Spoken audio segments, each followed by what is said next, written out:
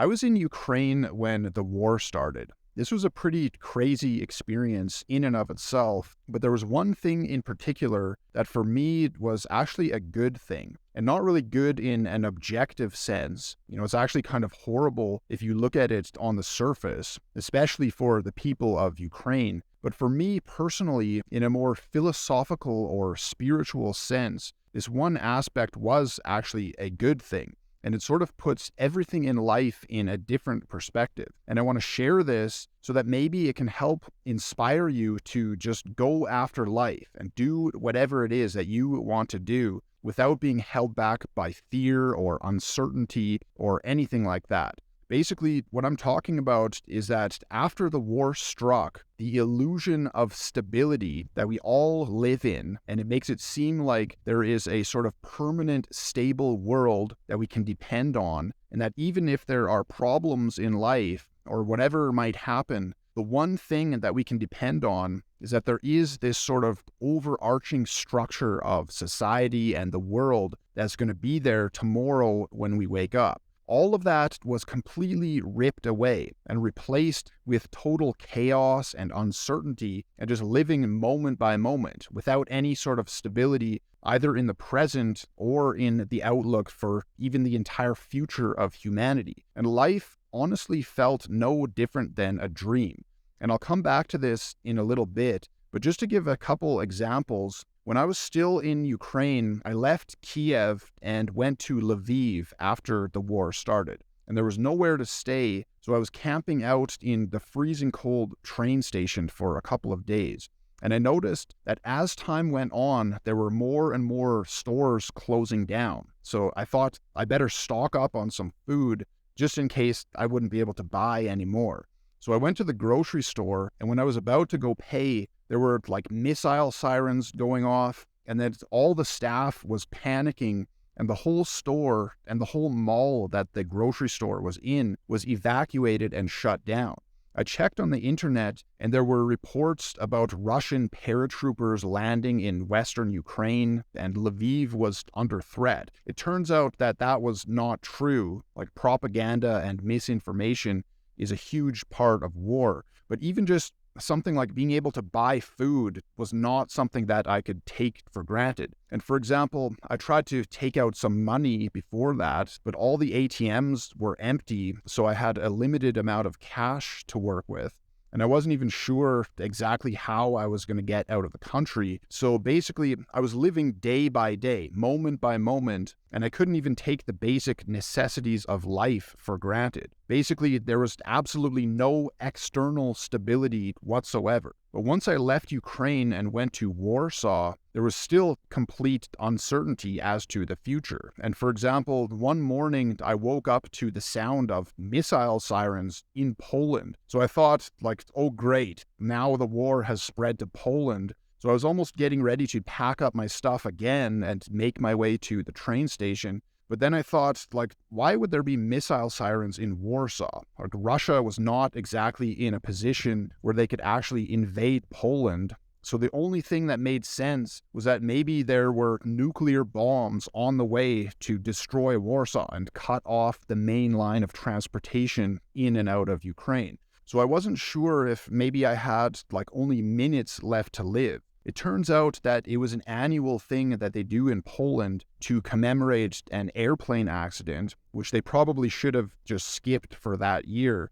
But the point is that I was living in this sort of state where the illusion of stability was totally gone. And for several months, everything felt like a dream, or like I was in an ongoing psychedelic drug trip. There were even all these crazy coincidences that kept happening. First of all, was just the fact that war came to the one place that I just so happened to be, where at the time I was seeking shelter from all the COVID BS. Let's just say things were a lot better and more free in Ukraine than most of the rest of the world. And my own country had turned completely evil. So I was basically a refugee in Ukraine. And I even called myself a COVID refugee. And I thought of that time as World War III, just an irregular type of warfare where the battlefield was mostly psychological And I literally referred to Kiev as my bomb shelter from the insanity of the rest of the world. And then came actual war, and I was forced to leave Ukraine exactly 1 year to the day after my original visa expired, because I was only supposed to stay in Ukraine for 90 days, but I was there for 15 months. And once I was in Warsaw, one thing that I do all the time is approach girls. And once I sort of recovered from the journey and the emotional experience and the craziness of escaping Ukraine and regained my energy and started doing that again, the very first girl I talked to in Warsaw just so happened to be someone I met almost exactly a year before that in Kiev. And when I first met her in Ukraine, like I walked around with her for like an hour and got to know her a bit and got her phone number. And we were like texting each other, and I tried to set up a date that never actually ended up happening.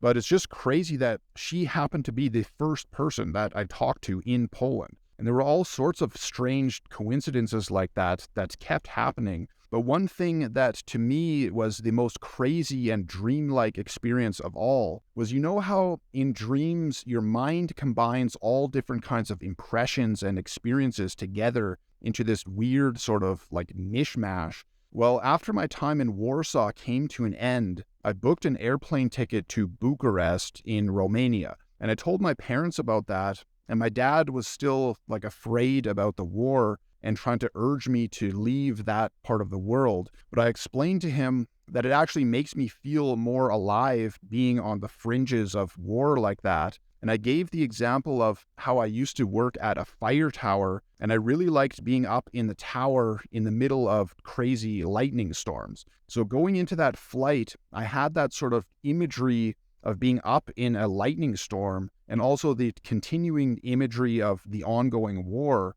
And then once the plane took off, after a few minutes, there was like a big flash of light and a loud banging noise that shook the airplane and cut off the intercom as the pilot was speaking.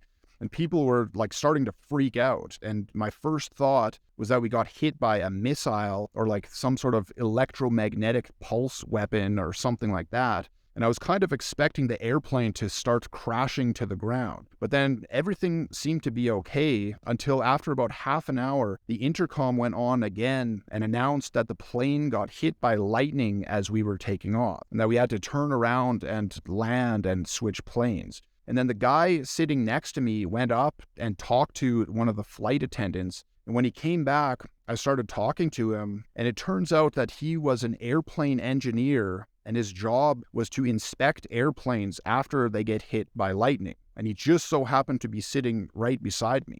This was such a strange experience, and just like an all-round strange combination of coincidences. I remember after I eventually got to Bucharest, I was sitting on my balcony overlooking the city, watching the lightning storm, and everything felt completely like a dream. And it felt like it was my own mind that created all the recent crazy experiences and even my entire life as a whole. In my opinion, this is actually closer to the real reality than this illusion of stability that we are normally immersed in. And I've had so many other crazy experiences in my life that for me, it's hard to deny this fact. And even if you don't see things exactly the same way, the fact is that in the end, we are all going to die. None of this is permanent. And even if you think that at least there's some sort of stability in objective physical reality itself,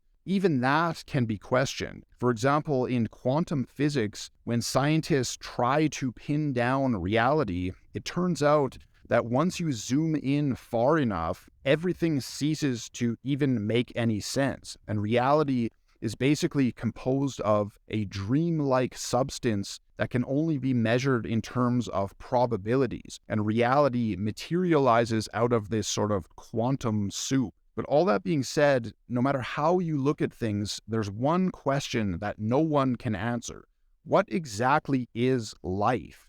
Like, this is a question that I've had ever since I was a teenager. And this channel is all about building confidence. But really, for me, the question of building confidence actually goes a lot deeper, even right down to the essence of life itself. And I think once you put things into this kind of perspective and realize that this world we live in is only a temporary thing, then why live your life just going through the motions or avoiding uncomfortable situations?